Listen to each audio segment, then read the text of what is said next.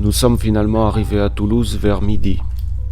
Le soir même, sur les conseils de René de Bias, abordé au hasard dans une foire, nous trouvâmes une auberge où nous louâmes une petite chambre pour 12 sols par jour. Il avait été convenu que mon valet pouvait dormir par terre au pied du lit sans que cela nous coûte davantage. L'auberge était tenue par un Espagnol qui rêvait des Amériques.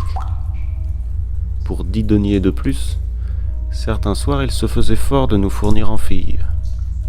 Des paysannes pour la plupart, dont les mères avaient pris l'habitude des soldats au cours de vos guerres intestines. Il n'aurait fallu rester qu'un mois tout au plus. Mais repartir me fatiguait. Tant et trop de voyages. La Suisse, l'Allemagne, Paris, l'Angleterre. Et à chaque étape trouver de braves gentilshommes pensant gratifier le ciel de massacres et d'homicides. Sans doute aurais-je dû partir plus tôt.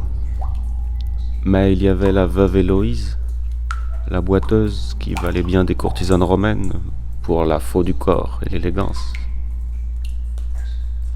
Et puis il y avait cette fatigue d'être sans séjour et cet accablement dont je me ressentais à l'idée de déjà repartir. Héloïse. J'avais tant rêvé au mariage quand j'étais enfant, mais il en est advenu pour ma part ce qui se voit aux cages. Tu sais, les oiseaux qui en sont hors désespèrent d'y entrer et d'un pareil soin en sortir ceux qui sont au-dedans.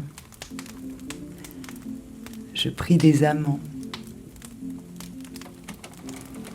Je te choque. Pas le mot du monde, je te comprends. Et faudrait-il, si tu es putain, que tu sois aussi punaise en me servant de ces contes pour enfants? Et que tu aimas ton mari comme un père? Et que tu lui tins la main au soir de sa mort? Que tu pleuras des années entières? Va, tu aurais eu beau me jurer une telle passion à cette heure, j'aurais secoué les oreilles. Il est naturel que tu n'y sois allé que d'une fesse. Que veux-tu? La décrépitude est qualité solitaire. Et cette forcenerie à se marier lorsqu'on est décrépit et vieillard, voisine du blasphème. Quoi, et ces moutardes après dîner? Chaque plaisir a son heure, et la sienne était passée.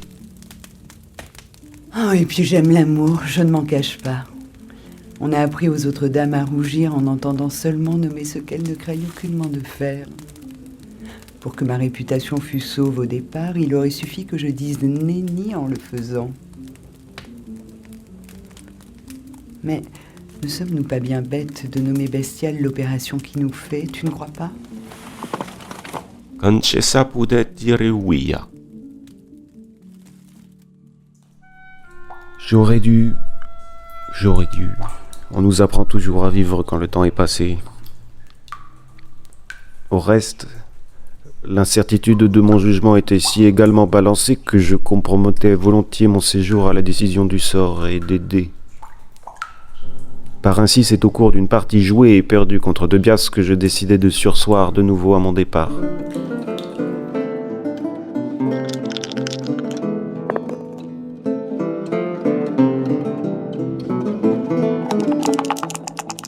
Socrate dit quelque part qu'un jour un dieu essaya de mettre en masse et de confondre la douleur et la volupté, mais que, n'en pouvant sortir, il s'avisa de les accoupler, au moins par la queue. Regardez donc notre Italien. Il revient de chez la veuve, et voyez sa mine. Ne le dirait-on pas mélancolique? Par la Sainte Barbe, mais c'est vrai. T'a-t-elle volé? Ce serait étonnant. Il est peu d'hommes ici qui ne la prisassent, tant elle a du cœur à l'ouvrage. Tu penses? Un éboîtement pareil? On le sait bien que les boiteuses le font mieux. Mais sire, il en va ainsi partout. La difficulté donne prix aux choses. En se vendant à tous, elle se déprécie, et c'est ce qui me plaît. Comme me plaît qu'elle place le plaisir avant tout. Elle est honnête comme elle est modeste. Car la volupté est qualité peu ambitieuse, qui s'estime assez riche de soi, sans y mêler le prix de la réputation. Mais regardez-le. Le voilà qui théorise sur une putain. Pourquoi non? Quibus vivere est cogitare. Pour elle, vivre, c'est penser. Voyez ce grand Caton qui se trouva dégoûté de sa femme tant qu'elle fut sienne et la désira quand elle fut à un autre. Et faudrait-il que je ressente autre chose, moi, pour une femme qui est à tous? Il me semble même que mon désir s'accroît de sa malaisance. Et puis j'ai horreur d'imaginer mien un corps privé d'affection. Il faut donc qu'elle m'aime pour que le plaisir soit complet. Messieurs, encore une fois, il a raison. Écoutez donc la voix de la sagesse. Et tout se tient et se rejoint. Les dés qu'on étend sur les tables ne sont permis qu'aux maisons des princes et aux tavernes. On s'endimanche de mêmes accoutrements les jours de deuil et les jours de fête. Et ne dit-on point sire aux majestés comme aux marchands. Ne dit-on point dame des nobles princesses et des putains. L'hiver me surprit dans cet état. Je résolus dès lors de me laisser mollement rouler après le roulement céleste. Au reste, la neige est blanche, le fleuve est noir. Quelle est donc la véritable couleur de l'eau? Adviendrait ce que pourrait. C'est donc vous, Héloïse de Kenyac. Je vous avoue être surpris de votre audace. Lorsqu'on est venu m'annoncer votre venue et votre insistance à me voir, plutôt que de vous faire jeter à la rue, c'est à votre audace que j'ai voulu rendre hommage en vous recevant. Maintenant, que voulez-vous?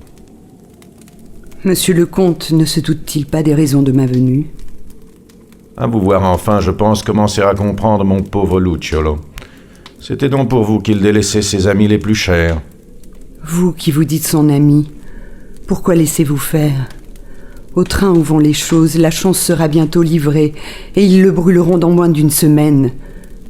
Allez au tribunal, rappelez votre amitié, dites que c'est à tort qu'on ferait mourir un si savant homme.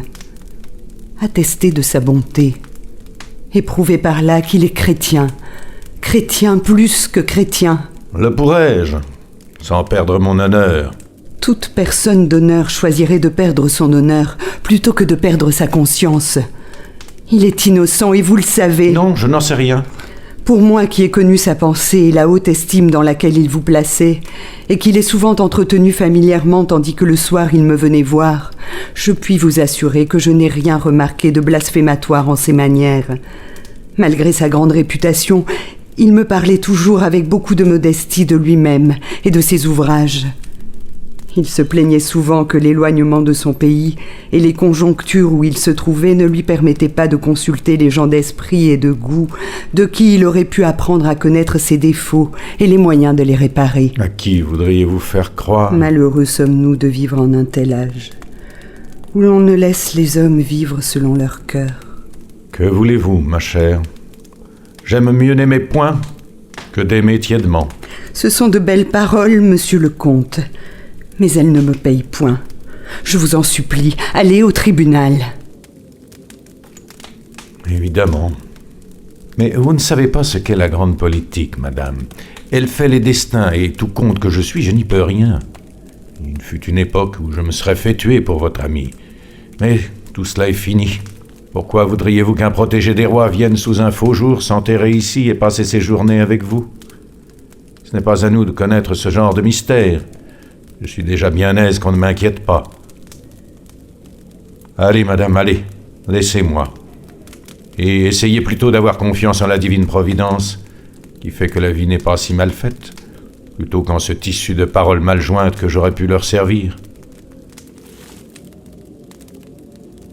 Encore un mot, madame. Tenez-vous tant à cet homme?